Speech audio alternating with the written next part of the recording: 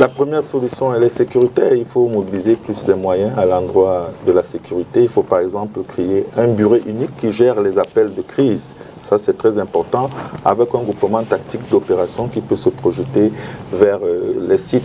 Mais tout à côté de cela, il faut davantage créer des postes de police et de gendarmerie parce qu'une ville comme Douala se densifie. Mais un aspect davantage sur lequel je vais m'appesantir, puisqu'ils ont presque tout dit, oui. C'est la question de la gestion de la terre, de l'urbanisme. Elle pose un gros problème.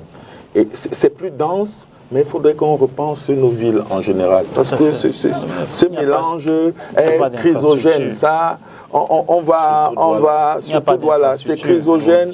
Quand vous avez un quartier Makéa qui juxte à quoi, qui a des investissements en termes de milliards, ça veut dire que ça peut péter en n'importe quel moment, qui a un jet de pierre du port, de l'aéroport, et tout ça, c'est très dangereux. Et vous voyez que les forces de sécurité sont davantage mobilisés sur le plateau de Jos. S'il faut se projeter à Bouna Moussadi, c'est un problème. Donc, il faudrait qu'il y ait davantage des groupements de gendarmerie dans ces grands pôles-là. Et ça, c'est très important.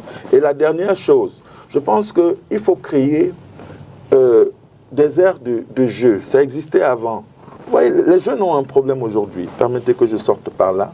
C'est que les gens ne savent plus quoi faire. Les gens fument la drogue, boivent de l'alcool parce que ça devient comme la seule distraction qui leur est imposée.